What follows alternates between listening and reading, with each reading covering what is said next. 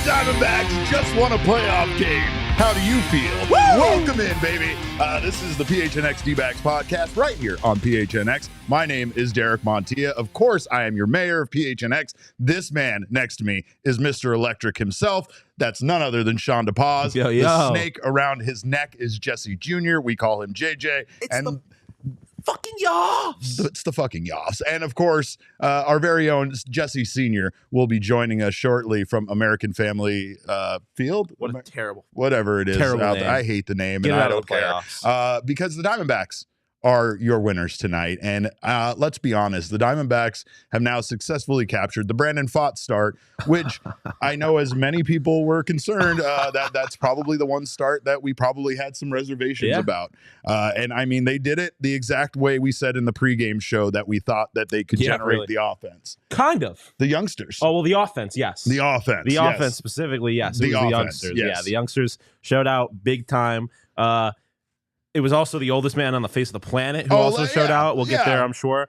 Let's stop the old guy slander. I've been saying that all season long. You know, I am definitely against old guy slander. So, this was an exciting game that had a lot of people contributing. Torey looked like an absolute genius because before the game, he said that Evan Longoria was his pick because basically he's been here before. And, that's why, and this is literally the reason why we said he was our pick for third. To play third, or at least why we thought he might, and the why they needed him, this, especially this young team that at times can make mistakes, that at times doesn't have that leader out there on the field, can use him. And Longo was absolutely incredible tonight for the Arizona Diamondbacks. Defensively, he was doing things that, let's be honest, most major league players at the top of their games still can't do, and he's doing it at 37 years old. But really, the offense tonight for the Diamondbacks was huge. The bullpen was also absolutely huge for this team. Corbin Carroll, Geraldo Perdomo, Gabi Moreno, these are the guys that got things cooking for this team. And it was the guys that we said needed to get it going. Geraldo Perdomo got things started, and then Corbin Carroll, after the Diamondbacks were already down 3-0, makes it a close game with a 2-run home run in the top of the third. And per ESPN Stats and Info, at 23 years and 43 days old, Corbin Carroll is the youngest player in D-backs history to hit a home run in a playoff game. Yeah. First off, apologies for anybody that I offended Saul by calling Longo old. Yeah. You are a monster. He's a young man. And we don't appreciate that. Normal standards. Yeah. Corbin, he looked like an old man too. Yeah, he looked like he'd been there before. Yeah, he looked really like did. Really unfazed. He met the moment. It was something that Damon and I had joked about on a couple of occasions, like the guys that we thought were just going to rise to the occasion. And Corbin was one of those guys. You didn't doubt that he was going to be able to just keep being Corbin Carroll. Yeah, and that's what he was. He just kept doing what he was doing. It wasn't anything out of the ordinary. That was just a classic standard Corbin Carroll game. It really was. Which when you're Corbin Carroll means you had a pretty good game. Yeah. That's usually what that means. He was backed up by Ketel Marte, who I know this man continues to sing the praises of, and has talked about how Ketel really is the X factor for this team at times. Right? Because Corbin's home run, huge. But you know what was even bigger? Following up immediately with another home run and tying the game. Yeah, absolutely. And I mean, Ketel's contributions this season, even during the dark times when the Diamondbacks were playing awfully, they stood out. He was the one guy at times that remained consistent. And I mean, this has been a great season for him, but it was great to see him get in on all of that. But I mean, there's something to be said about Corbin Carroll specifically, being, obviously this is a guy a lot of people nationally have heard about. And in some cases, besides maybe that Sunday night game against the Chicago Cubs, is the first time that a lot, of fans have had a chance to see the All-Star game. But the All-Star game, competitive baseball, competitive baseball where you're actually doing things like this, and I mean, what a debut that Corbin Carroll made, but also what a debut for Gabriel Moreno. Daddy Gabi. Mr. Gabi. Okay, so let's see. This is the first, before we get there, because Gabriel Moreno gave the team the lead, I want to give a shout out to the super chat from, I'm going to try this, Ryuji Sakamoto. Super $5 chat says, North Carolina fan here. Let's fucking go. Feels like 2001, and I hope we keep the momentum. I'm sorry if I cursed on your behalf there in that case. He said LFG, so I'm sorry. Said LGF. To be fair. I don't even know what that means then. But Piece of Yoshi sent a super chat. Thank you, Piece of Yoshi. Said it's about normal to scream about the spot every time something went wrong. Yes, it is about the fucking spot. I had forgotten. I had forgotten. These were so good that I had forgotten. Can we get to that in a moment? Yeah, no, we'll get there. Yeah. We have so much egregious Max Simpson it's unbelievable things to discuss. Stay tuned for the we have to get to that. Completely dedicated. We to appreciate Max, that. Yeah. Max Simpson shit talking. We'll absolutely get there. Jacob Lewis, thank you for your super chat. He says, what a game for U of A phenom Kevin Ginkel. A squad is a wagon. We want LA. I know that Damon was talking about putting Kevin Ginkel in the U of A Hall of Fame already. He said put U of A in the Kevin Ginkel Hall of Fame, which U of A is a Kevin Ginkel direction phenom. That we're Kevin going. Ginkel put U of A on the map. Yeah, let's go. Mitch Fleet with his super chat. Thank you. Says Longo found the fountain of youth. Amazing defense. Maybe it's being around all these young guys. Maybe they're the fountain of youth. Maybe they cause you to get younger. I would say, yeah, but also where has that been all year? I don't know. I think the fountain of youth is just the playoff vibes. Maybe it's the vibes. It's Longo. It's Longo in the playoffs. That's for sure. But oh man, again, talking about debuts, Gabriel Moreno then gave the Diamondbacks the lead with a huge home run of his own. That happened in the fourth inning. And I mean, let's just talk about history. Let's talk about it. He pimped that shit. He really did. And so did Corbin. They all pimped their home runs, and we are fans of that. Yeah, he just kind of watched it. With Corbin Carroll and Gabriel Moreno, this is the 7th time in postseason history a team has gotten a home run from multiple players aged 23 or younger in a game. Wow. It's the first of those where the players in question were making their postseason debuts. Wow. Yeah, I mean, so never before have two guys making their postseason debuts, 23 or younger in a game, ever hit home runs the way that Gabriel Moreno and Corbin Carroll awesome, did. Man. Like, this is just baseball in general. It's the youth movement. Like, go look at the best team in the American League. It's full of young kids. Mark Solera is going to go scream at Illegal Pete's. Look, we've had some complaints about our screaming tonight, so please do us a favor and just don't attach us to your screaming. Steak burrito. Steak burrito too. That's the answer. No, don't listen to him. Steak burrito. No, you get a bowl. You go double protein, steak and chicken. You get both kinds of cheese. You get the shredded and the queso. You get black beans, white rice. Right. I wasn't prepared for that kind of answer. You need to go double protein or you're wasting your time. I feel ashamed. I feel like mix a taquito in there and make sure you get a margarita. Holy shit! That's Shawn after an OG. But I do. He really offered me there. No. Damon? If that's after the OGs, you could double all that. Add another side of chicken queso, maybe throw a taquito in there. But I'm a bowl guy because that way you can mix it all up, really get into the queso. Yeah. Dip some chips in it. I got some more D-backs facts for you. D-backs facts? D-backs facts. 3 home runs tonight marked the 5th game in franchise history with at least 3 home runs in the playoffs. I have another fact that I brought up on the broadcast, or the broadcast brought Let's up. Let's go. 0-14 in history, the Arizona Diamondbacks, when being down 3 runs in a playoff game until tonight. 1-14. The curse is broken in so many ways. But I mean, but of course, though, it's the fucking answer backs. Yeah. Like, this is what they do. This one's courtesy of Sarah Lang. She said at 23 and 231 days old, Gabriel Moreno is the 2nd youngest catcher to homer in the postseason debut, older only than Brian McCann in 2005, who was 21 years old. 21-year-old catcher in the playoffs. That's wild, right? That is wild. But it's not nearly as wild as the Diamondbacks win in this first game because, let's be honest, I don't want to focus on the negatives. Brandon Pfaadt was not great. And I mean, it's not like they gave him a very long leash. Yeah. He gave up runs in the first and second innings. At times it looked like he really settled in and settled down, but he just didn't look comfortable. Like we didn't know really what it was. We talked about on the pregame show how he's kind of known for not really getting nervous, but he definitely seemed nervous in this game. But to me, he always looks nervous. Like his face is always flushed. Like, and so like I wasn't. But again, and we talked about it in the moment. We talked about it weeks leading up to this. This is why we didn't want the Philadelphia Phillies, because the Phillies game was going on at basically the same time, and you saw that atmosphere there. The atmosphere was crazy. That would have been ugly. Yeah. But I mean, like, look, this is exactly. Like, he did what he did enough, ultimately. Like, he did not... Obviously, when it was all said and done, it took an amazing performance from the bullpen for them to get this win. But, like... It did. And I think that's who really deserves the credit. Yeah, they do. But, like, Pfaadt did not make this, like... He didn't let this get out of hand. He didn't make this, like, an absolute like bloodbath off rip. Yeah. Which like again for a kid like that, that's kind of all you could. I mean, you could ask for a lot more, right? Like he could have gone 6 innings. I mean, but I would love to be there with you, but he gave up 7 hits. He gave up 3 earned runs. He walked 1. He was doing good with the strikeouts, but I think in analyzing him specifically tonight, like I almost feel like he was too focused on the strikeouts. Probably, and that's maybe what a young pitcher maybe struggles with is trying to overpower batters instead of just trying to find a way to get out. I don't think he was good.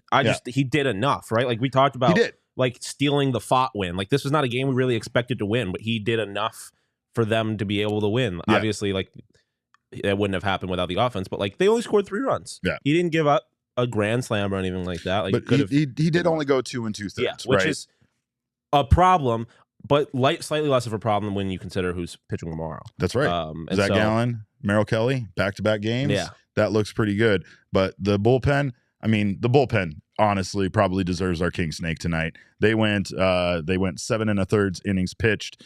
They did not give up a run. They did not give up a run. Could you imagine? Even Kyle Nelson, I know, who absolutely had a dog shit outing he tried tonight, his hardest. Did not give up a run. But could you imagine 365 days ago saying that we were in the bullpen, we were in the playoffs, the starting pitcher was taken out in the 3rd inning, and they won the bullpen not only won, the bullpen didn't give up a single run. Held. That's unheard of. Like the bullpen, it's crazy. I mean, obviously being in the playoffs last year, like, is crazy. But the idea that we have a good, not just a good bullpen, but a shutdown bullpen, is just like never thought we would be here. And it's this mutated bullpen of guys that have been here all year and have at times been inconsistent, but really have been the ones that have kind of towed the line for this bullpen, like Mantiply, Miguel Castro, and Kevin Ginkel, who's an absolute stud. And Kevin Ginkel deserves all the credit in the world for what he did tonight. That man was incredible. 2 innings pitched, 4 strikeouts. His screams penetrated my soul. It was one of the most inspiring things ever as far as confidence. I was not very confident. I had this snake wrapped around my neck. At times I was hiding behind the glass window. So scared, At other times, Damon's over here talking to me like as if I'm in the mode to joke or cheer until the game was over. I wasn't in the mood to do shit. I was sitting in my chair and I was very nervous because this was a very close game that I felt like, even though things were going the Diamondbacks' way, could turn on them at any point. The bullpen, it certainly could have utilized the way they did. The council just met, and by the council I mean JJ and I. This is important. Kevin Ginkel is an international sex symbol. There you go, Ryan Hanley. You got your wish. He added him to the list. Yeah, how did you not? How did you after when he got out of the 8th inning, and he's running off the mound screaming, "Get out of here!" How does that not get you injected directly into my veins? Out of your chair? How does that not get you ready? I won't just run through a brick wall. I'll run through any wall of any substance, no matter how dense it is. I absolutely will. This is why this team is like I think ultimately the difference this team is like guys like specifically like him and Geraldo Perdomo, who were like at a lot of times just not very good baseball players last year, and then are now like really important. Yeah. Like are some of the best players on the team. I'm tired of seeing Perdomo bunt. I mean, it worked out that with that whole, but let's not have Perdomo bunt anymore. But I'm over that too. I want to go through the numbers here. 2/3 innings pitched by Mantiply, gave up 1 walk. 2/3 innings pitched by Miguel Castro, 1 walk. Ryan Nelson, his was the one that, where things almost fell apart. He loaded the bases. He gave up 3 hits, and he absolutely looked like things were hanging on by a very thin string. That felt like when things were going to fall apart. The Diamondbacks had a 1-run lead at that point, and somehow the combination of Ryan Nelson and Ryan Thompson, who has just been also fucking incredible. Like, I hope there's a lot of Tampa Bay Rays fans that are upset that this man is on our team doing the things that he's done.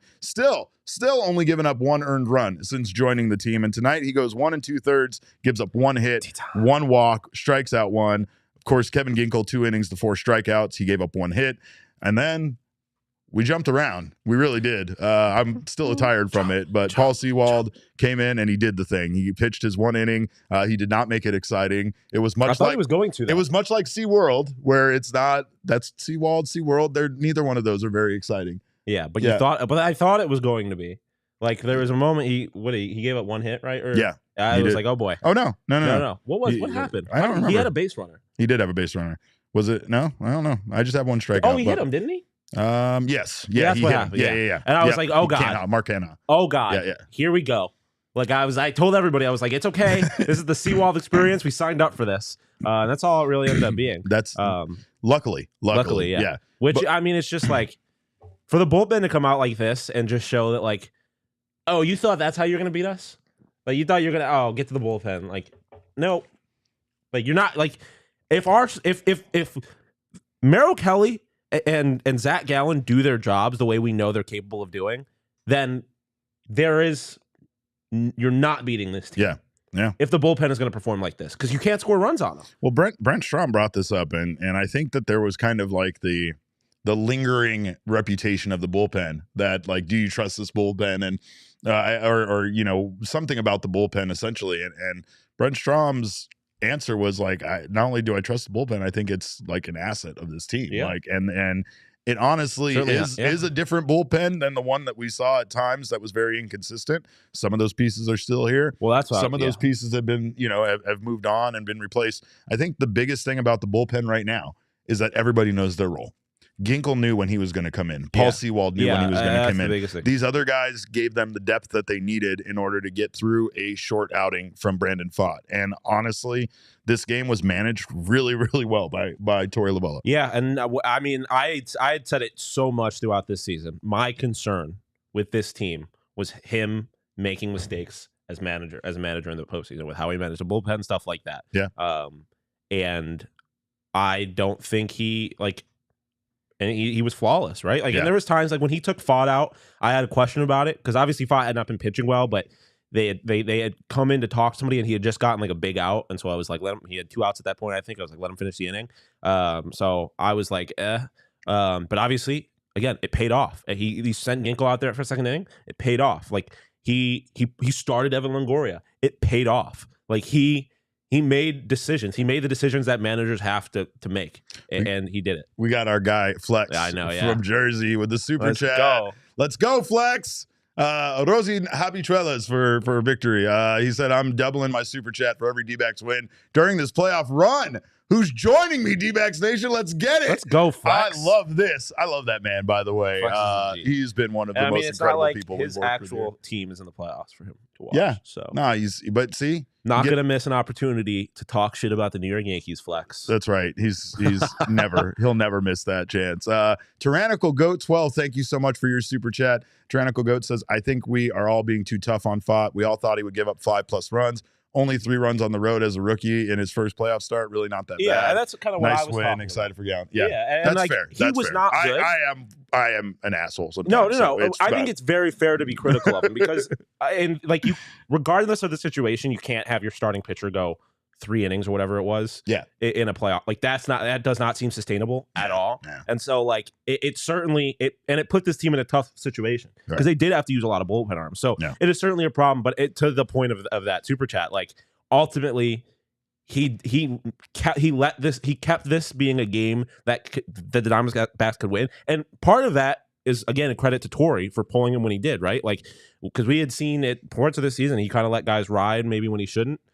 But he knows what the situation is. He pulled them when he felt like he had to, and it, again, obviously paid off. Ernesto says ultimate team win, and I think that's exactly what it was tonight. It really was. Contributions defensively, contributions on offense, contributions from the bullpen. A ton of pitchers are responsible for this victory tonight, and obviously it's hard to just, pinpoint one person for who could be our king snake. Christian Walker had a huge 9th inning 2 RBI double that really allowed us to breathe. The game felt very tense. At least I felt very tense. I have heartburn. I have heart palpitations. I'm still very sweaty. But I'll tell you, once that happened, I felt like, like you said, he wanted just one more run, so maybe we wouldn't even see Paul Sewald. No, it wasn't. But it wasn't about Paul Sewald. It was about having that Kevin Ginkel continuation because he was just on a fucking roll. Yeah, I would have just been awesome. Yeah. But that Corbin Carroll. I just got distracted by Patrick's tremendous math. What did he say? If the Diamondbacks win the NL this year, that he's going to end up having to pay $20,000. See, that's the kind of math we needed on the pregame show. Thank you, Patrick Lyons. That's why we will officially Hold on now, Flex. Yeah, calm down there, Flex. Hold on now. Yeah, Flex. this is like when you donate to like someone. It's Scott's Tots. Scott's Tots. It's exactly what this is. It's like, you don't know what you did. If you graduate, I'm going to give you scholarships. That's amazing. They're going to get there. Everyone's graduating. He's like, oh, shit. Yeah.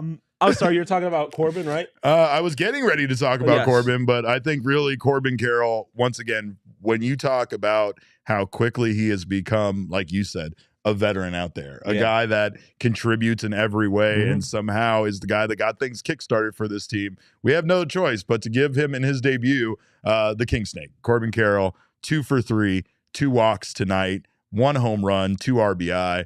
And I mean, he just did it all. He did it all. He applied the pressure when he was on the base path, the exact kind of chaos that we needed this team to create in order to just make the Brewers feel uncomfortable. And the Diamondbacks were successful in that tonight. Yeah, no, I mean, again, to have a rookie batting leadoff and just like doing more, like getting the job freaking done, man. Like he just got the job done. More than I think you reasonably could have asked for a rookie in this situation, even though it's Corbin Carroll and he's kind of past the point of being considered a rookie, really. Like, it's just like when you put it into the context of like he hasn't been playing baseball that long. Yeah, like he hasn't been playing professional baseball very long at all, let alone in the majors, like just at all. And now he's being the best player on a playoff team. Right. Now he's here impacting a team, one of the 12 teams left, and honestly being one of the biggest contributors on the team as far as the offense goes. We were concerned about the offense, right? Yeah. And I mean, honestly, for good reason. This team wasn't able to produce lately coming into this. And a lot of that, I'm sure, was fatigue. And a lot of it, I'm sure, had to do with the fact that, that this team has been playing essentially playoff games for what feels like a month. Yeah. Every game felt like a playoff game, and that kind of can take its toll on you. I think that they actually had a chance to kind of enjoy, the victory there. Maybe give some of the guys, like we saw on Sunday, get the day off, even though a lot of people are still in disagreement about that, and just kind of have some time to recenter themselves and find the way to not have that pressure push down on them and keep them from having productive at bats.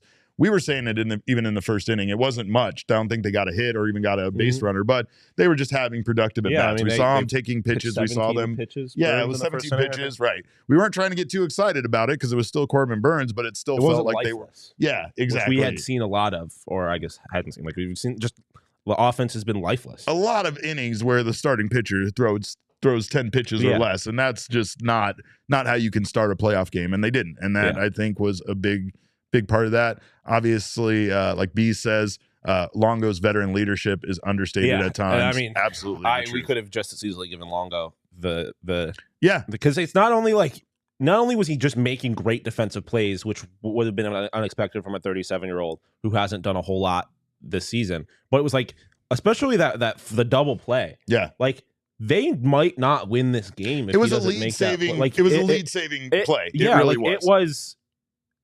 It was almost as important as like a home run. He changed the game with his defense. Yep.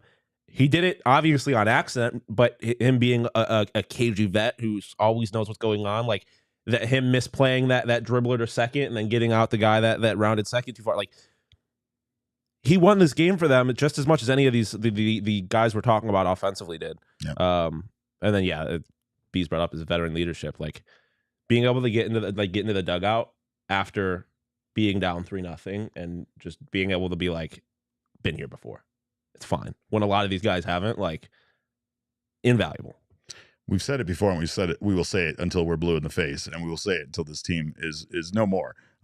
This team is a goddamn wagon, and you need to get the shirt that officially roots on this wagon through the playoffs. Grab our wagon shirt right now over at the PHNXLocker.com. Go get that shirt. Shirt's incredible. Do it for you JJ. Guys are incredible. Do it for JJ. It's his favorite shirt. It's for snake enthusiasts. It's his color. It absolutely is his color. He loves beige. That's why he's a big fan of Shawn. Yeah, that's why we're homies. But make sure to check out over at the PHNXLocker.com. Get that wagon shirt. If you are a diehard member, you'll get 20% off. if you are not a diehard member, sign up to become a diehard member today. And guess what? You can have that shirt for free. You can pick out whatever shirt you want from the PHNXLocker.com. You'll get 20% off all future purchases. You'll also get all sorts of discounts from our partners. You'll get access to our members-only Discord lounge. You'll get so many benefits. So make sure to sign up today over at GoPHNX.com. Also, I am drinking a Hop Knot IPA for a couple of reasons. One, because when we have wins around here, we drink beers. Two, I'm out of the Joy bus. So this is my secondary beer for victories. But you can definitely select from all of the wonderful beers. They're drinking the baseball beer. That's right. Golden the baseball Lager. beer is the Golden Lager. Cheers to you, the unofficial the people's producer. Unofficial baseball beer. The unofficial beer of it is. Explain to the people why it's the official beer. Unofficial beer of Major League Baseball. It's because when you pour it in a cup, it absolutely is. It looks like a. You look up stock images of beer at a baseball game. The texture, the consistency. It's just fucking. Perfect. It's everything you want at a baseball game. It's art. At a baseball beer. Yep. No matter what your favorite beer to drink at a baseball game, make sure it's a Four Peaks, and make sure to check out their pumpkin porter if you haven't already. It's back. It's the fall state of mind, and it is back on shelves and in draft lines throughout the valley. Get it wherever you get your beers.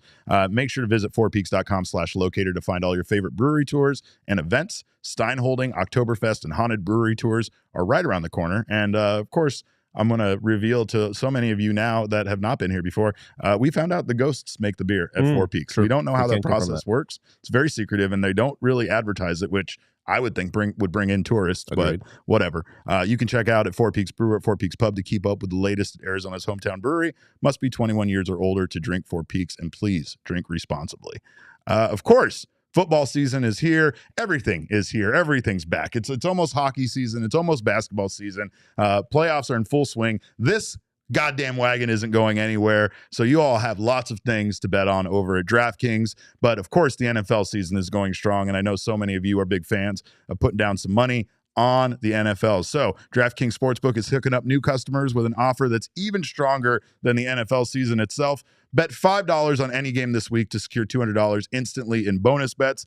And it's not even just that. All customers can take advantage of a sweetener offer every game day this October. So make sure to check out those offers, all of those things that you need to opt in for. They have all sorts of odds increases. They have insurance. They have all sorts of things for you to tap into there at DraftKings. So get in on the game day greatness. Download the DraftKings Sportsbook app now and use code PHNX. New customers can score those $200 instantly in bonus bets when you bet $5 on the NFL. That's code PHNX only on DraftKings Sportsbook, an official sports betting partner of the NFL. The crown is yours and his. Gambling problem? Call 1-800-GAMBLER or visit www.1800gambler.net. In New York, call 877-8-HOPE-NY or text HOPE-NY. In Connecticut, help is available for problem gambling. Call 888-789-7777 or visit ccpg.org. Please play responsibly on behalf of Boot Hill Casino and Resort in Kansas. Licensee partner Golden Nugget, Lake Charles, Louisiana. 21 plus age varies by jurisdiction. Void in Ontario. Bonus bets expire 168 hours after issuance. See sportsbook.draftkings.com/football terms for eligibility and deposit restrictions, terms, and responsible gaming resources. So, this wasn't the only playoff game being played tonight, and obviously we are very interested in the outcomes of these other games. Especially, we just kind of like to look over at friends at the Phillies, who we know probably wasn't the best matchup for us. And like you said, that atmosphere out there was electric. But can we take a look at some of those updates, Damon? Who didn't have fun in that atmosphere? Who didn't have fun in that Miami atmosphere? Marlins. That's right. Jazz Chisholm didn't have. No, he did not. Did not fun. He out did there. make a good defensive play at one point, getting someone out at home, but I don't think he really did much at the plate. You know who didn't play very good defense today was the Tampa Bay Rays in their loss to the Texas Rangers. 4 errors. 4 errors. Uncommon for a team that usually plays very, very good baseball. I mean, that seems like the MO for a team like Tampa Bay is you don't make mistakes, you don't do anything flashy, you just play fundamental baseball. And they did not do that today. Yep. And they got their ass kicked by the Rangers. Yeah, 4-0. The Minnesota Twins, Petey's Minnesota Twins, win first game over the Toronto Blue Jays. Toronto Blue Jays. Oh, we have a civil war in the PHNX Coyotes. Yeah. Wow, that's crazy. Well, it's not really civil if it's across international borders, I guess. Oh, that's just a war. Just a war. That's a world it's war. Just war. it's just across the border. Fair. It's fucking war. All right. Man. But yeah. Who are you rooting for on the AL Do you have anybody that you're like kind of like? I mean, honestly, I like the Blue Jays. Same. I've always been. I've always liked the Blue Jays. I watched a lot of Buffalo Bison's baseball, so I was a fan of their AAA team, so I know a lot of the guys on that team. So they'll always have a soft spot. Plus, I grew up relatively close there. But I'm also like the O's. It's the Orioles, dog. Yeah, like, how can you not kind of want them to win? Especially, I mean, if you're trying to just go ahead and say the Diamondbacks are going to be the representative for the National League, which we absolutely know they're going to be, at this point, then of course you start thinking about who you want to match up with there. Oh, that's a different question. That's a different question. That's a very different question. Yeah. Who you want to match up with? If I want to match up, Minnesota probably Twins. Probably the Twins. Yeah, or the Blue Jays. Honestly, I don't know. The Twins smoked us when we played them, so I don't nobody. forget that. It was gonna be easy, but it was such a spanking that I'll never forget it. Although the Twins would be hilarious because there's nothing that Major League Baseball wants more than a Minneapolis Phoenix World Series. Your grandmother will love it. Like, there's nothing they want more than the Twins and the Diamondbacks to be in the World Series. After one of the most electric calendar years of baseball ever, you get the Diamondbacks, and which, like, I'm not talking shit because I love the Diamondbacks, but you know damn well that Nana used to live and where Major Nana League lives Baseball now. wants the Phillies or wants the Dodgers and. I don't know. Is there? I guess the Astros. Yeah, are they the big team in the American League? Like, there's kind of not really good markets in the American League. Look, Flex is officially saying F the Yankees. So let's go. Let's frame that. Let's go, Flex. Let's get that. We're going to print that on a shirt. Let's go, Snakes. For Shawn so that he could take wear that here to the office. 2BMC says from Toronto, live in AZ. Jays D-backs World Series would make my life complete. Listen, I would love that. It would make my life complete too. I am still saying that trade between the Diamondbacks and the Blue Jays completely changed the Diamondbacks trajectory. Gabriel Moreno being here and doing the things, especially here in the playoffs for this team that he's doing is amazing. And you know, I did cover it on a video I made that Dalton Varsho has still been incredible. It's the Stephon Stephon Diggs Justin Jefferson trade. Yeah. Both teams won. Yeah. Like, we got our franchise catcher. They got one of the best defensive players in baseball. Literally the best defensive player in baseball. His 27 defensive runs saved lead all of Major League Baseball. And obviously he's super versatile. Yeah. So super valuable for them. Like, they're a playoff team too. But see, Tim, our friend Tim, again, also notorious mustache wearer, he says it was the playoff mustaches. And I want to completely agree with him. He's right. And that's where I want to give credit where credit's due. We got Damon back there with his playoff stash. I don't know if you guys seen. Damon, can you put yourself on camera here, Damon? Is that too much to ask, or is that also an issue? No, he says no. That's fine. I wanted to see. Okay, we all got stashes here. Okay, you saw him on the pregame show. You show up to the pregame show and you'll see the stashes. But we do want to talk a little bit more about office business because we did post a video today revealing basically that there's a spot. Yeah, we were here in the office. Right, there's a spot. I didn't even realize that when you're making the video that it was kind of revealing the magic. Yeah, that I really didn't tell people about the spot. People didn't really know about the spot. So there's a spot here in the office, and I guess what you could say about the spot is the spot has very polarizing impact on Diamondbacks baseball. There are believers and non-believers. There are believers and non-believers, and much like and heretics, a lot of things in life, if you believe, then the magic is real. And if you're a naysayer, like Santa Claus, the magic turns dark on you and usually causes bad things to happen. Not just to you, but to those around you. There's something odd about Anthony Torey. He's so pure of heart and so wholesome that somehow when he stands in the spot, it's like... Say that out loud again, Derek. Say that with a straight fucking face, Derek. I literally have Miss fucking Torey in my phone with a little poop emoji. But yeah, no, for real. Torey stands in that spot, and wonderful things happen for this team. It's inexplicable. I can't even. I can't. Look, I'm a man of science. I believe in reason. I believe in numbers. I believe in evidence. I believe in evidence. I don't believe in things like magic spots. But guess what? When Torey stands in this fucking square over here, it makes good things happen. But then there's that heretic Max Simpson. If that was the only thing, like, that would be whatever. But the fact that there's adverse powers when the spot's used improperly is what really tells me there's something there. Okay, so adversely, like you said, the problem is that Max Simpson doesn't believe in this magic. He thinks we're all crazy and that we're just manufacturing and making this up like it's not a real thing. Well, I'll let you finish the explanation, but I think we're giving Max too much credit by saying he doesn't believe in the magic. I think he believes in the magic. He's just fucked up. Like, what do you mean though? I think he does it because he likes being the heel. So he goes over there knowing damn well that he's going to stand over there and the Diamondbacks are going to give a 2-run bomb. And then he's going to be like, oh, what? I didn't do anything. It literally happened. What? Do we want to talk about... Because that's exactly what happened. I mean, we want to talk about the home run? Yeah. I mean, go ahead. I mean... It was instantaneous. It was instantaneous. We tried to keep him out of the spot. We tell him repeatedly. We gave Owen a stick and told Owen to keep him out of the spot. Max Simpson. Do not bet on the Arizona Diamondbacks. That's one. Because you lose every day. Because he loses every bet he makes. That's absolutely the biggest. And do not step on the spot. Yeah. And what did he do? Every time the Diamondbacks have something going, he starts joking about, oh, good thing I took the D-backs money line. And then he stands on the spot. And then what happens? The second he stands on the spot, 2-run bomb from the bottom of the lineup for the Milwaukee Brewers. Yeah. The second he steps on the spot, the fact that he walked out here with blood pumping, air flowing, and 2 feet that he can walk on is a miracle. Yeah. It's a miracle. We should have ended the man. We should have. He's not wrong. But luckily... Even the GM, Saul Bookman, knows. Well, he helped reverse the magic. He did. Saul, again, pure of heart. Wholesome Bro's guy. giving a Cernum now. Yeah. Can I get a hallelujah? This is the kind of stuff that happens. Yeah, and then he stepped, like you said, he stepped on the spot to cleanse it. Yeah, Saul came in. Look what happened. Saul cleansed it, and then next thing you know, we're talking about a Diamondbacks victory. We did also get some magic help from our friend. Oh, again, not magic because we don't believe in magic, just evidence and facts. That's true. Science. We're from our friends over at no free ads, but Kung Fu Panda Express. Oh.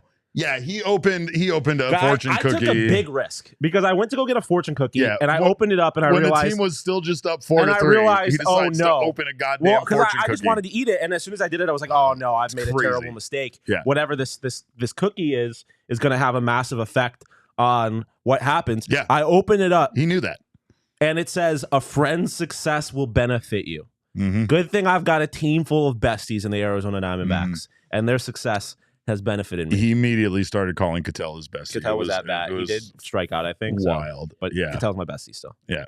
Again, there are a lot of positives going forward here for the Arizona Diamondbacks. Yeah. Obviously, the biggest one being they're in the driver's seat. This is a 3-game series. They literally need to just win one more game, and that seals it for If you're them. the Brewers, you're looking at this now being like, oh, we have to go beat Merrill Kelly and Brandon Pfaadt back-to-back. Correct. That's not easy. No, it's not. That's not easy. I'm very curious. I would like to go back. Obviously, they haven't been starting back-to-back all year, but I'm very curious how often they have lost consecutive Merrill Kelly's at Gallen. Well, see, and that's the thing is usually Merrill Kelly this season for the Diamondbacks has been that guy that when they are losing or when they've had losses, he's the one that doesn't give up the losses. Exactly. So that part about Merrill is very encouraging. You also have to factor in here that this was a man that did not want to even high five people in the 7th or 8th inning because I thought that was fucking insane. Being a buzzkill over here. I was absolutely a buzzkill. Like these guys David were and I trying were losing our mind. They were trying to get me to celebrate. Screaming at the shit. top of his lungs. It was wild. Had us juice. Yeah. Sicko mode, and he is just curled up in a ball because he's been hurt too many times. I've been hurt a lot by Arizona sports, but what I will say is that of course, if the Diamondbacks do win tomorrow's game, that would allow them to push Merrill Kelly to game 1 of their series with the Los Angeles Dodgers. Have to do post-game shows every night, which is I love doing these, but I would also would not rather just not have to do a losing post-game show. I've been up since 5 o'clock in the morning, and I feel like I've been here at the office this whole time. I know I haven't, but I feel like I have been. But I do love this though, and I'm juiced about this. I think they should just not lose any playoff games. That would be great. What was it? 13-0. 13-0, I think it's after hours of math that we did. Yeah, we called in a calculus special. I know Patrick Lyons is here in the chat right now, so hopefully Patrick Lyons can check our math on that. But also, I think we're still going to be joined by Jesse Friedman, but I'm sure there's a lot of post-game media stuff. Media, yeah. Yep. When it comes to Zach Gallen starting, of course, he is starting away, and that's not great. Because his home away splits have been notoriously bad this year.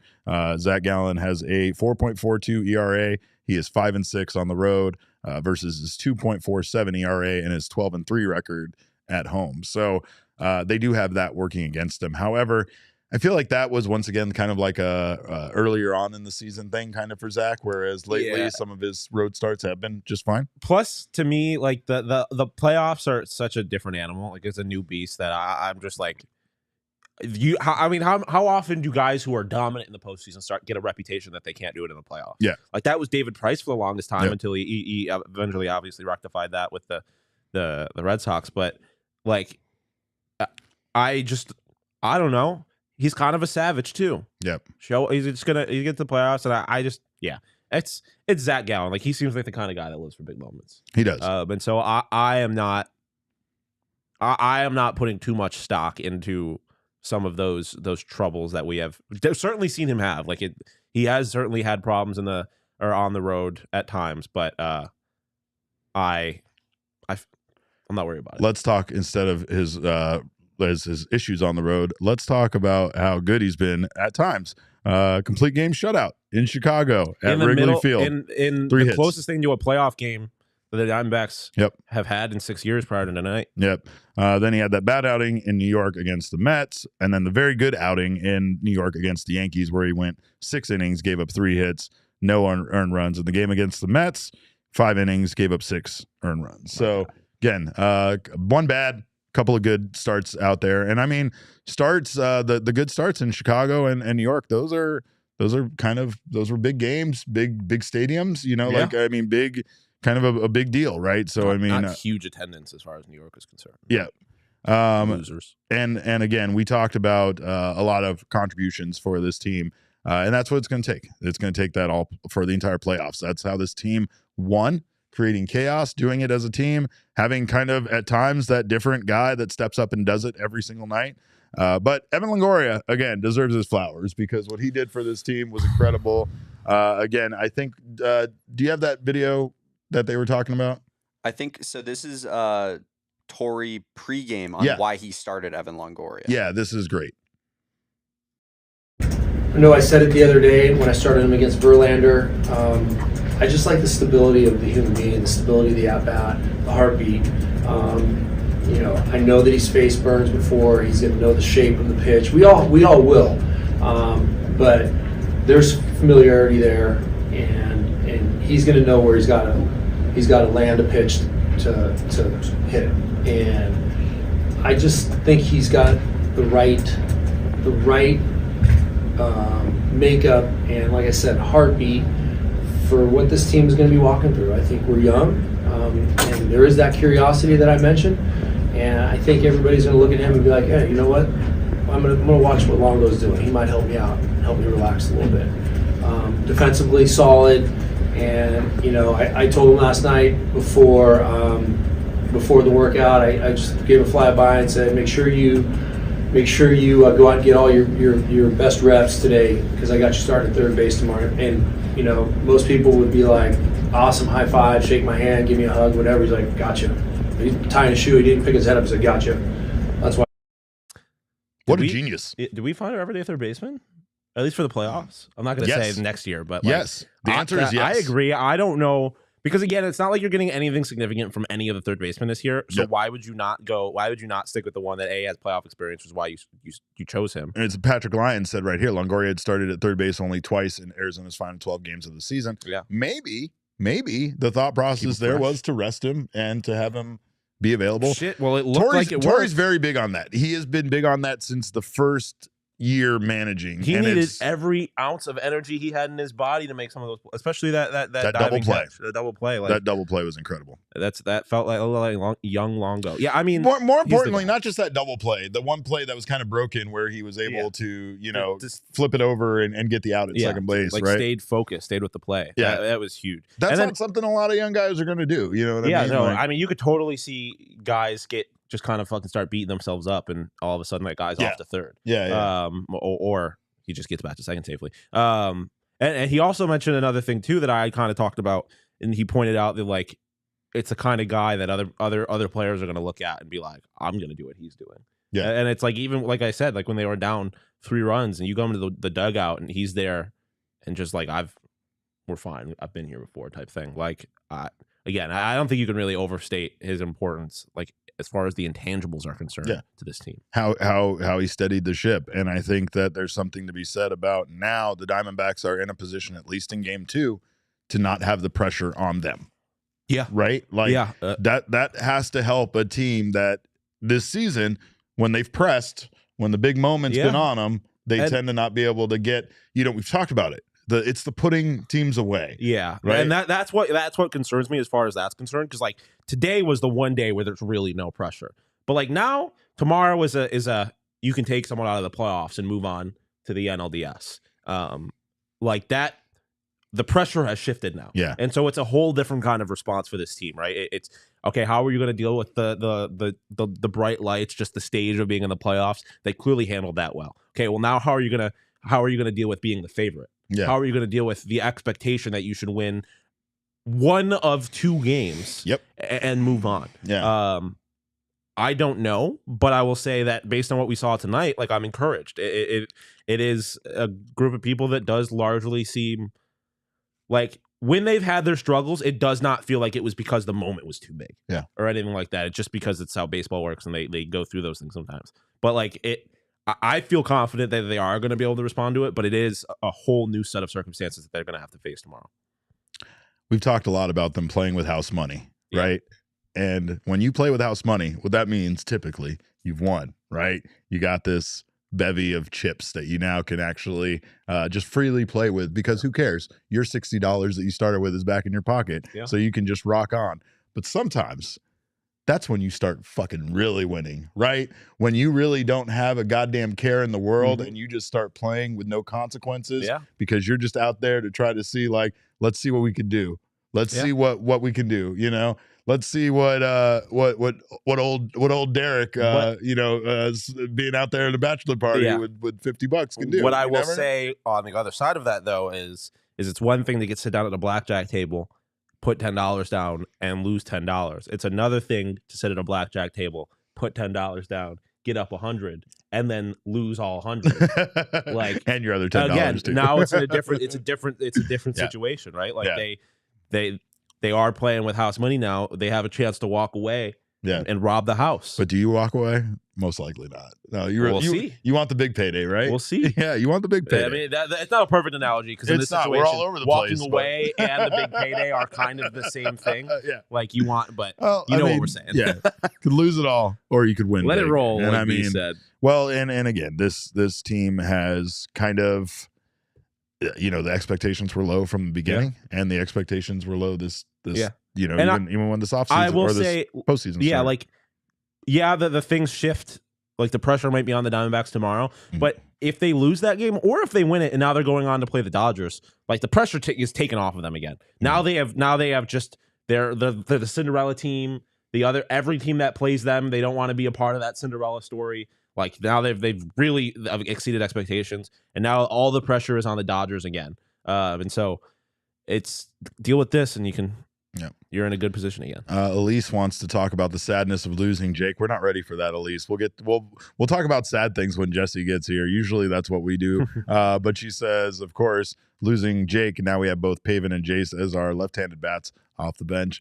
By the way, for you, there's new people here in the chat perhaps tonight. Elise is a known baseball executive. We haven't pinpointed if she's a GM or front office personnel or what organization she works for, but she's clearly shown her hand on more than one occasion. Brianna says no pressure, no diamonds. I love that. True. Because that is exactly what it's going to take. And I mean, there's something kind of beyond just the fact that the Diamondbacks are winning in the playoffs and anything can happen at this point. Yeah. There is something to be said for the experience. Brandon Pfaadt, Corbin Carroll, Gabriel 100%. Moreno, Geraldo Perdomo, all of these young guys are getting being here for the first time. We've said they're ahead of schedule, and this is their chance not only to be ahead of schedule, but to also use that time for that experience to soak in and in the future when they're back here, also be ready for the moment. Maybe be even more ready for the moment. Yeah, for sure. And I mean, it's funny because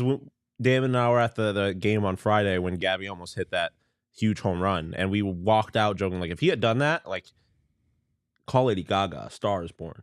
Like, that's what it was tonight. Like, it really did feel like, okay, these guys, like, sure, Corbin is going to win Rookie of the Year. But outside of that, like, I don't think people really knew about the young guys. Like, people didn't really know about Gabriel Moreno. But even then, even with Corbin, it's like, okay, but do it in the postseason. Like, it doesn't matter. You could be great in the regular season, but if you shrink in the postseason, those bat flips, the bat flips were insane. Oh my god! But those were moments where like stars were born. They were like, we're here. I don't know if you know my name. It's Corbin Carroll. Yeah. This is my friend Gabriel Moreno. Yeah. If you don't know it, you better learn it because you're going to be saying it a lot. Yeah. It was awesome. This is Gabi Moreno. He's a bona fide stud and a certified G. And you can't teach that. 425-foot home run tonight was the longest of his career. It was a great day to be great. Resident Reds fan. So you had to find someone to start rooting for because welcome. Team not in the we'll welcome you in. Dom's Dom, the boy, so I'm gonna talk shit, but Dom got the greatest picture of Rihanna ever, right? I would argue one of the greatest photos of the history of mankind. Yeah, just in history. That's true. Well, there's one more important thing about the Diamondbacks winning this wild card series with the Brewers, and that would be that we would get to watch playoff baseball here in Arizona should they advance to the next round against the Los Angeles Dodgers. And of course, a great place for you to get your tickets is at Game Time. Game Time is the place for last minute ticket deals, and it's the fastest growing ticketing app in the country for a reason. And trust me, when these playoff series all of a sudden materialize, it happens very fast. Yeah, you could miss out on the day tickets go on sale very quickly. So make sure if you do that you do not miss out on going to the fastest growing ticketing app in the country, and you can snag the tickets without the stress with Game Time. All you have to do is download the Game Time app, create an account, and use code PHNX for $20 off your first order. Terms do apply. Again, create an account and redeem code PHNX for $20 off. Download Game Time today. Last minute tickets, lowest price guaranteed. And of course, a great way to celebrate a win isn't just with beers and isn't just with shouting like me and this guy do. It's also with OG's brands like me and this guy do. Make sure to check out our friends at OG's brands. It's a perfect way. Sunny Sativa, maybe to just get you more hyped, maybe a mellow indica so you can actually sleep after a big win like this. I don't know, but if you are stuck on what kind of gummies to get, OG's took the guesswork out of it for you with their brand new mix bags. They have mixed bags with the fruits, mixed bags with the creams. It's just like, just like the candies out there you can get that have all sorts of different flavors in one bag. You can get that with OG's brands. Red apple, watermelon, peach, and the fruits, blackberries and cream, orange creamsicle, peaches and cream and the creams, all of those Hall of Fame flavors in one place. And of course, like I said, they're both available in a Sunny Sativa or Mellow Indica. And yes, I did say it without stuttering. Flavor that time. I'm proud of myself. Yeah. But again, as I stumble over more words, but OG's does allow you to customize your experience based on the mood or time of day. So check out our friends at OG's brands for yourself and try one or a few of their many delicious flavors. Check them out across all socials at OG's brands and online at ogsbrands.com to find them at a local dispensary near you. Must be 21 or over to enjoy, and please enjoy responsibly. What timing? Well, look at that timing. Jesse it's because me and Jesse, we share a brain sometimes, and I know he doesn't like that. He definitely doesn't like sharing a brain with me because it's a weird place in here. But I do get a lot of baseball stat information from that connection, and he is here now, joining us from American Family Field. It's the one and only Jesse Friedman. Jesse, what's up, buddy? Oh, Jesse has themselves muted. Jesse, are you muted? We don't have any sound from you. We kick him out and call back, Jesse. I don't think it's anyone's fault. I think it's the eCam. Yeah, I think we've sometimes we get those technical difficulties, but Jesse, we'll have you just log out and come back into eCam, and hopefully we'll get that right. I do want to talk to Jesse, obviously, about Jake McCarthy's injury. I do have some super chats to deal with, by the way, really fast. Kevin Haskey, thank you so much for the $5 super chat. We love you. We appreciate you. JSW789 says, massive win tonight. Walker came in clutch with the 2-run double, made the 9th inning a lot less stressful. Absolutely. That was a very stressful time for me, and I was glad to get through it. Of course, Piece of Yoshi, notorious troublemaker, known troublemaker, with his super chats, says Pfaadt also gave up weak singles a lot, it felt like. And yeah, I mean, I think there's a lot to be encouraged about with Brandon Pfaadt's start. I don't want to act like it's not. Like, we saw a lot of things, especially with him kind of being rattled in the first couple of batters and then settling in, that was very encouraging. But again, I mean, at the end of the day, it's like you guys said, he adapted and at least gave the Diamondbacks an opportunity to win by at least keeping that deficit low, and keeping it to 3 runs and allowing the bullpen to come in and take care of business. But okay, Jesse, is Jesse back yet? Jesse, do we have sound? Maybe. Testing 1 2. Testing 1 2. Let's go, baby! Diamondbacks win. Beautiful. What a night, Jesse.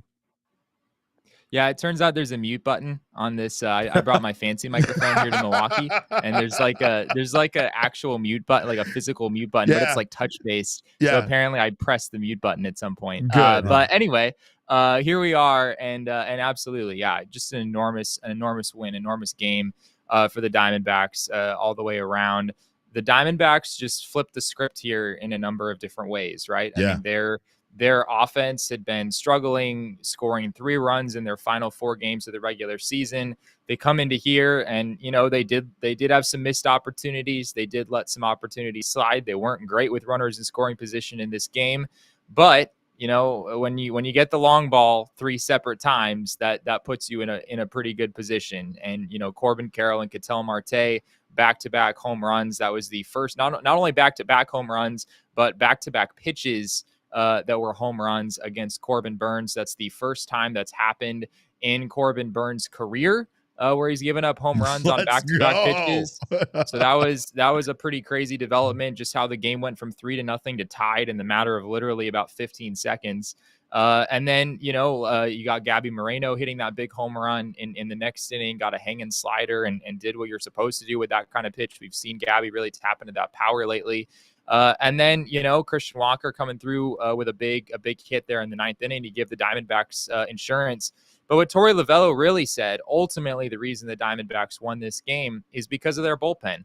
And we've said that a number of times over the last month, something that we probably never thought we would say about this 2023 Diamondbacks team, that the Diamondbacks are winning games, not in spite of their bullpen, but because of it, because their bullpen outperformed one of the best bullpens in all of baseball here tonight. And that's why the Diamondbacks are up 1-0. And that's why the Brewers at this point, Craig Counsell after the game acknowledged in a 3-game series, you lose game 1, your back is against the wall right away.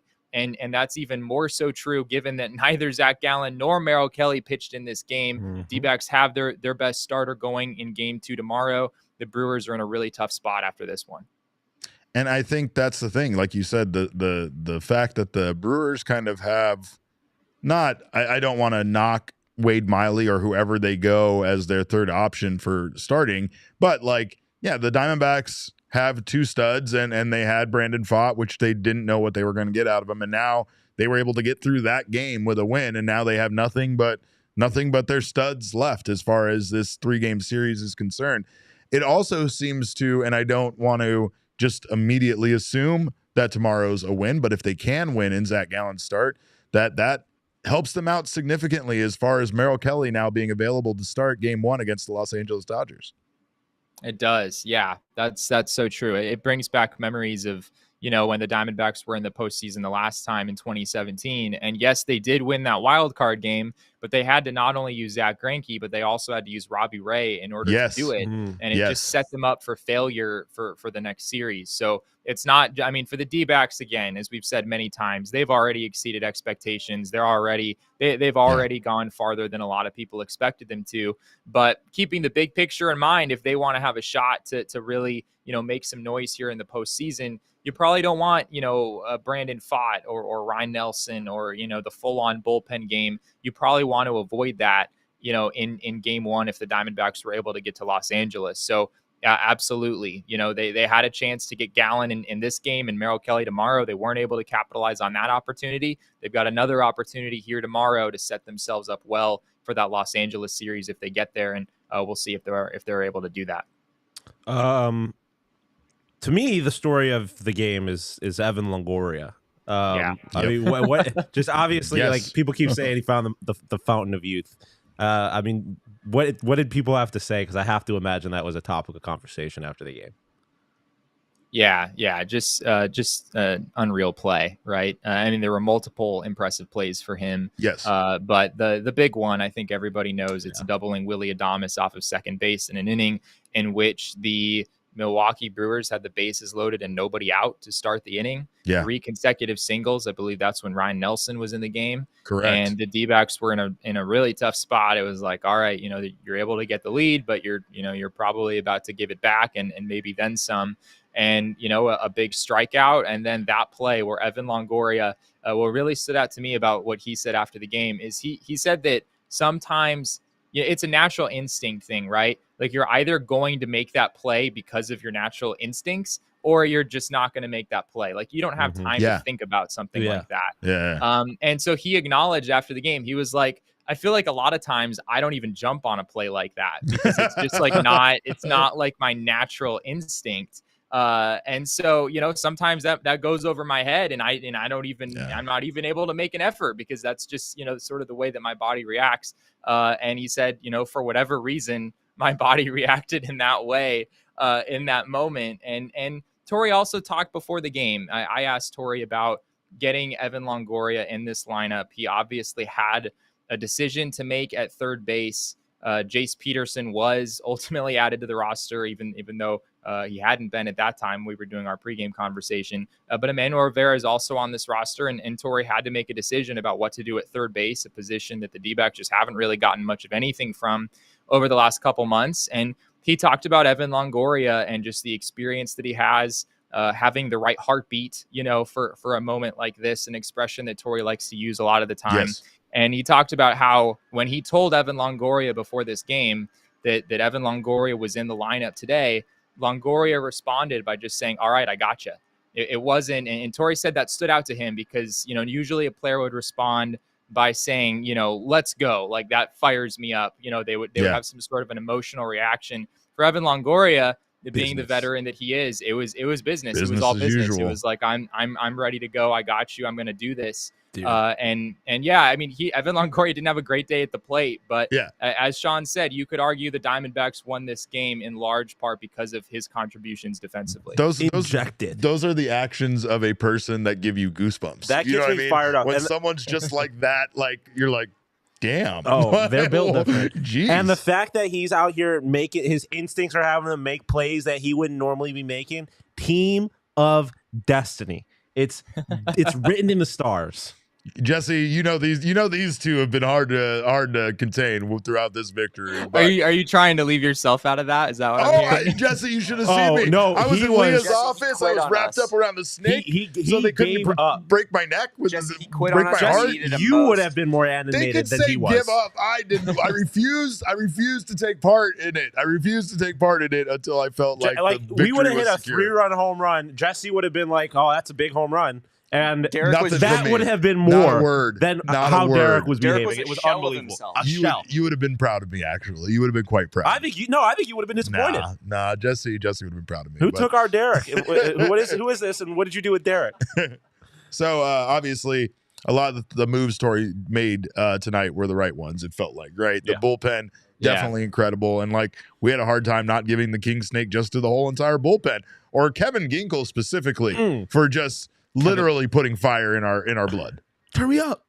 He was, Kevin Ginkel does get animated, like walking off the field after getting a big strikeout or something. But he was some kind of animated when he was walking off the field. Oh my. And deservedly so, right? Kevin Ginkel was able to go out and give the Diamondbacks not 1 but 2 innings, something that I don't believe Torey Lovullo has asked that of Kevin Ginkel in quite a while.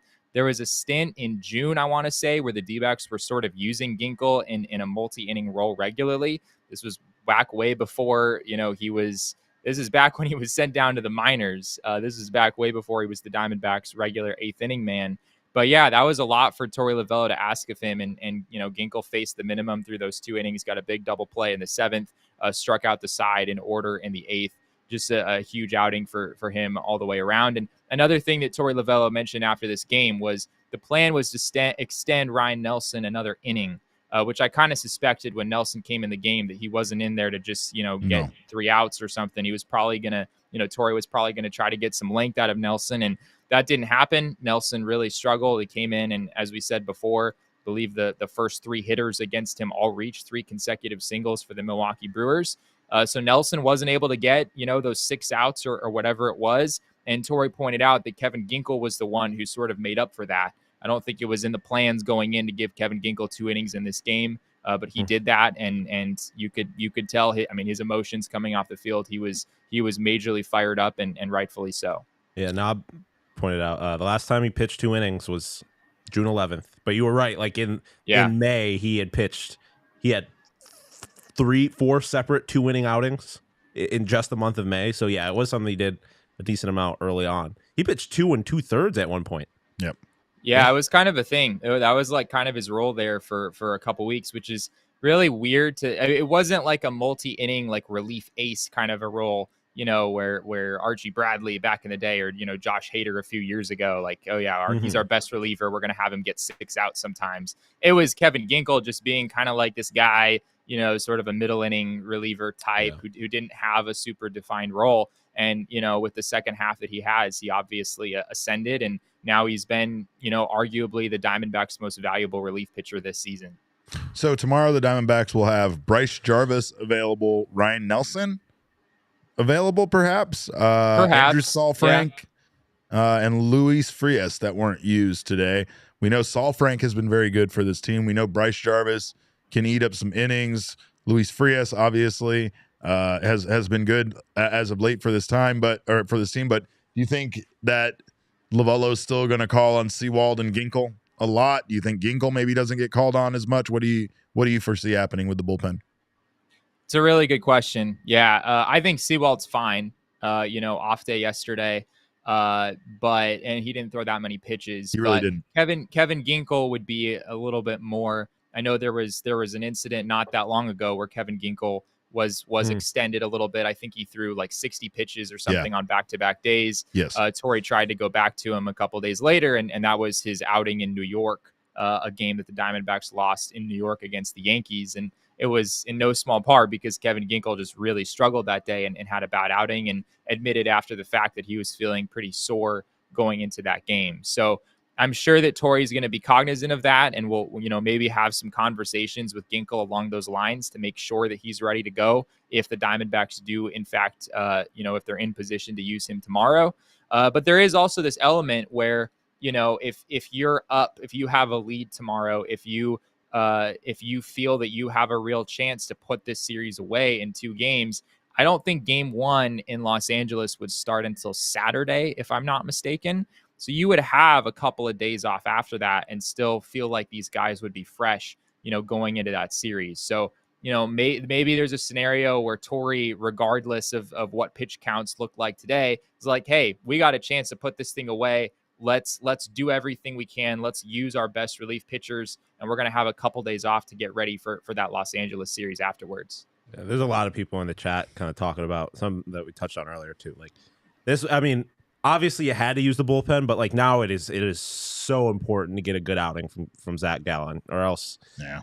Oh boy. Yeah. Or else like it'll get. Yeah. It'll get bad. These guys can go back to backs, right? I mean, it's not a scenario where it's like, oh, only the pitchers who weren't used today are fresh and ready to go tomorrow. Right. I think Ginkel, I'd have to look back at the pitch counts. Ginkel might be the only guy where you maybe want to stay away from him. I agree. Patrick today. just put him in the chat for us. 14 from Mantiply, 10 from Castro, 15 from Nelson. Thompson threw 23 as well. Thompson, so 23. Thompson, yeah. Ginkel 25, and then Sewald 11. Yeah. So chances are Thompson you're and Ginkel. in. Yeah, maybe you would want to stay away from those guys, but I'm not necessarily convinced of that. I mean, I'm sure that, that's especially a pretty reasonable ask. Especially if it's to win the game. Like, you're getting an off day if you can finish out the game. So you're getting 2 off days. Yeah, you're getting 2 off days after that. What's your biggest takeaway from tonight, Jesse? I guess what was your biggest surprise about this win and how the Diamondbacks were able to do it?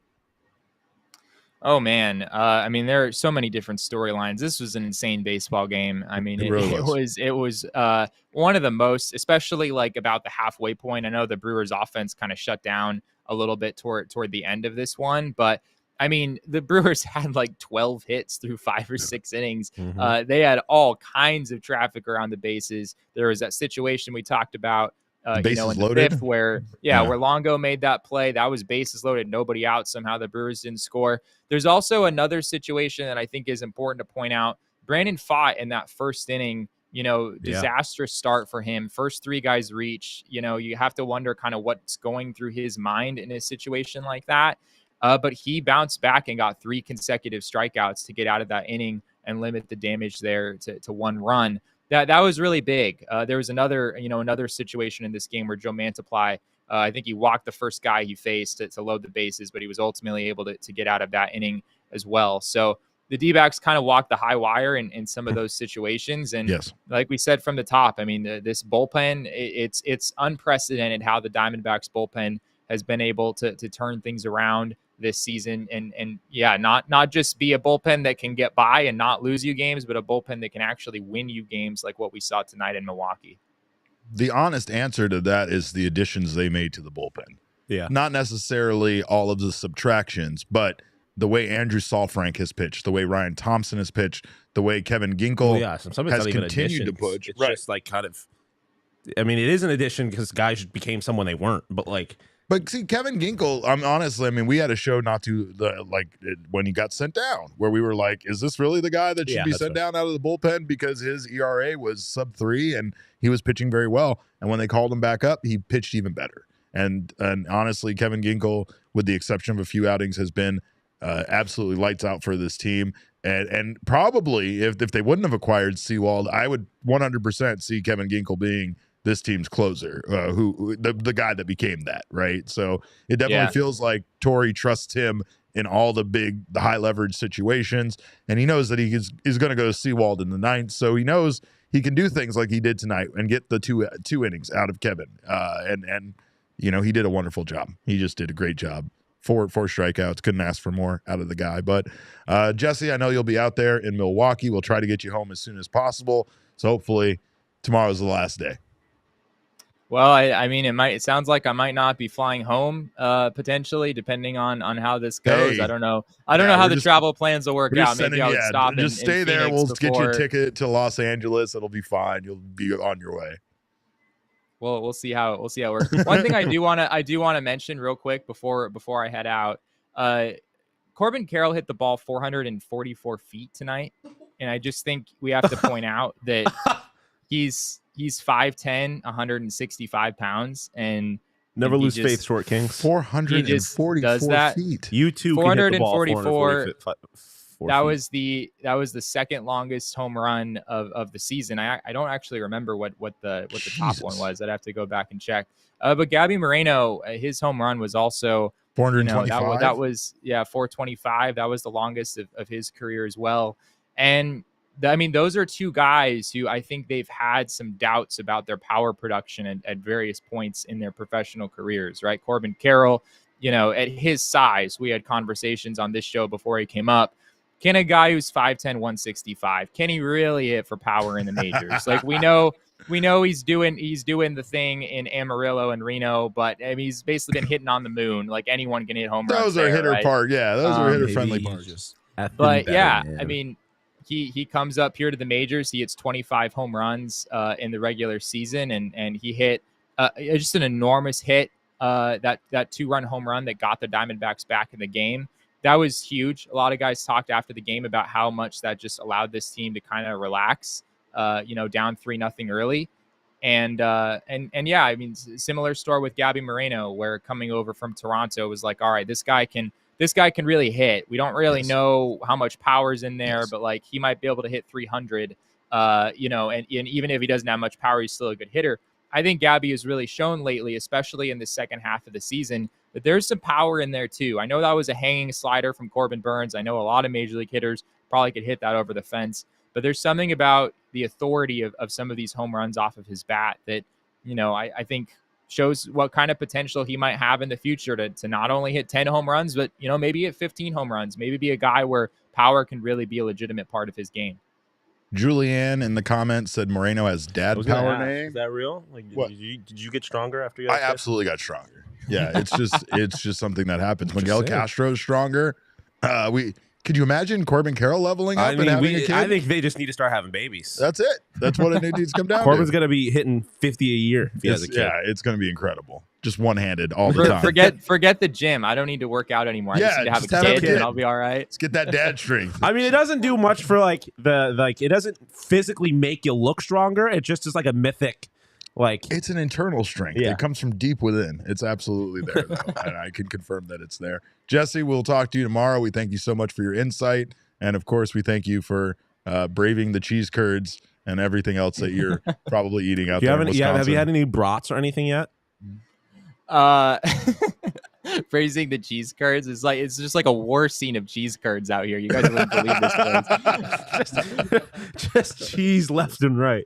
Unfortunately, no like local any kind of food, anything like that yet. Hopefully I'll get a chance to. I'm not really sure that the press box like dining area is like the place to experience the local taste cuisine. of Milwaukee. It's If it's not free, go down to the goddamn concourse and get yourself something good, pal. I might do that. I might do that tomorrow. Yeah, today we had tacos, which were solid, but that's not exactly you don't a go Milwaukee to fucking thing. Milwaukee to eat tacos. That's so, fucking, like, we've got Arizona in town. Let's give them tacos.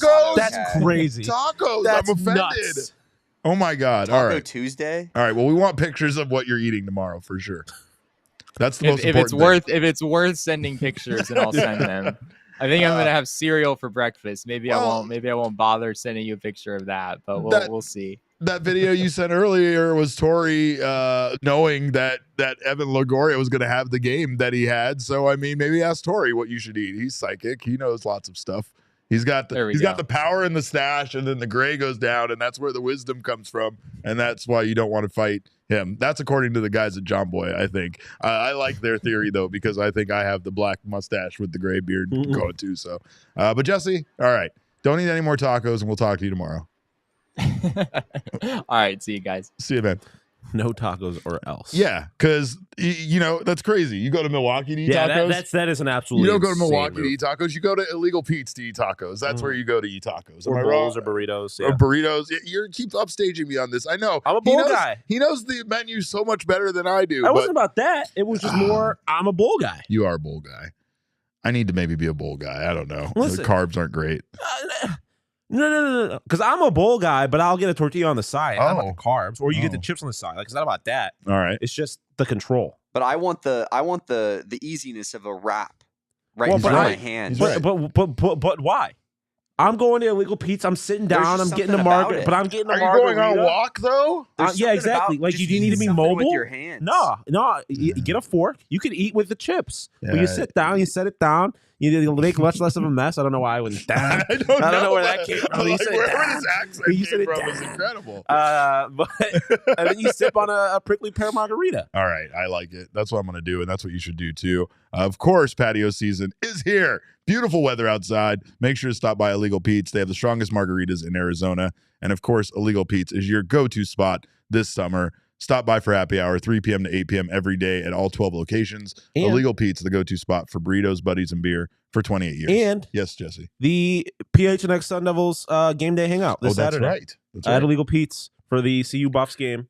And if you're not even an ASU fan, show up with me, and we can make fun of ASU fans together. Or we can all go down the street to the DNVR takeover and make fun of Buffs fans for their 5 months. Yeah, the DNVR crew will be here as well. DNVR crew will be in town, so look out for great content. To be there. Follow PHNX Sun Devils. That's right. Yeah, I know Yins are confirmed. I really did sound like a Pittsburgh. Yeah. Dan. Yeah, it's for sure. Also, speaking of Colorado and U of A, if you're a fan of either one of those teams, a great way to show your fandom is with Saturday Neon LED signs. These are LED neon signs from a company started by 2 friends and former college roommates that makes officially licensed collegiate logo LED signs. Whether you're a diehard or a casual supporter, make sure to check out what they have to offer.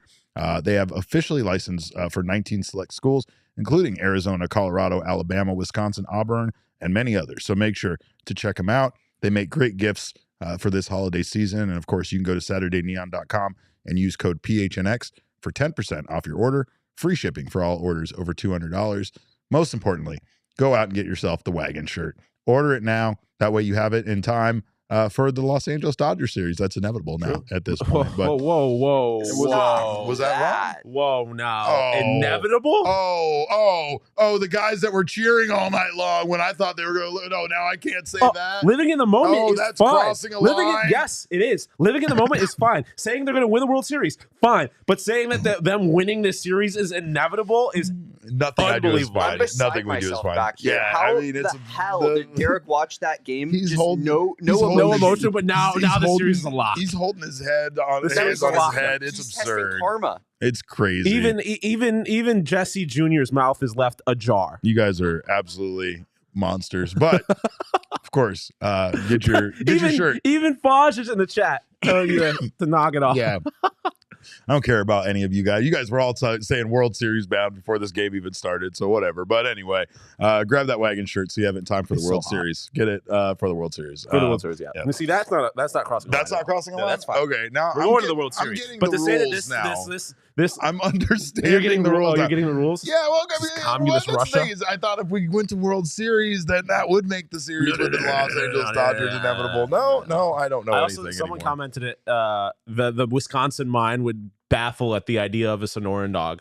Like I just love the idea that like they're just so wildly uncultured that the idea of putting something other than like ketchup and mustard on a hot dog would just blow their minds. Our guy Tim, I don't know where he's at, but Tim, I know for a fact he sent us a picture. He did make a Sonoran dog at home based on our suggestion, and I am very excited about it. It was delicious looking too. He made it perfectly. So the wagon shirt is the official shirt of the playoffs because remember, no one circles the wagons like the Arizona Diamondbacks. Yep.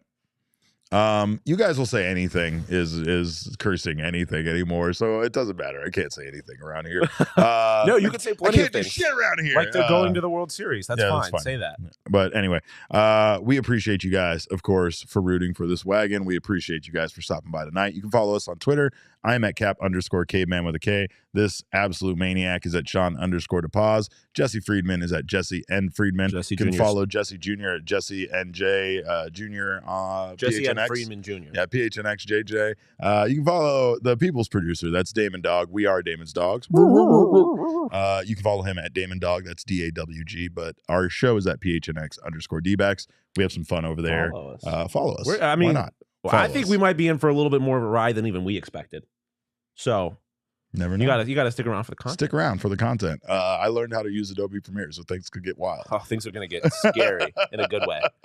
But of course, all roads do lead to at PHNX_sports on Twitter, Instagram, and Facebook. We appreciate you guys again for stopping by. Yeah, drop some wagons. We love you. Let's all drop and then go buy the shirt. Go buy the shirt. Get caught up in the fervor. Let's go. Just we appreciate empty your bank accounts. Yeah, that's right. Wow, empty your bank accounts on shirts. PHNX Live. Yeah. Buy out the shirts. Buy them all. I don't disagree with him, but appreciate you guys so much. Thank you for the comment about my mustache being sexy. I thought so too. Whoa now. Wait. There's 3 men here with mustaches. Nowhere does Derek's name get mentioned. They just said sexy mustache power, and Derek's like, yeah, thanks for the compliment. Thanks for the compliment. I appreciat it. He appreciates it too. I do. Yeah. I do. And Damon refused to show his face, so he gets none of that compliment. None of that's for him. But hey, look at that stash. All right, guys. Well, we appreciate you stopping by. We appreciate your time. And remember, kids, baseball is fun, but it is so much more fun when you win a goddamn playoff game. Let's go!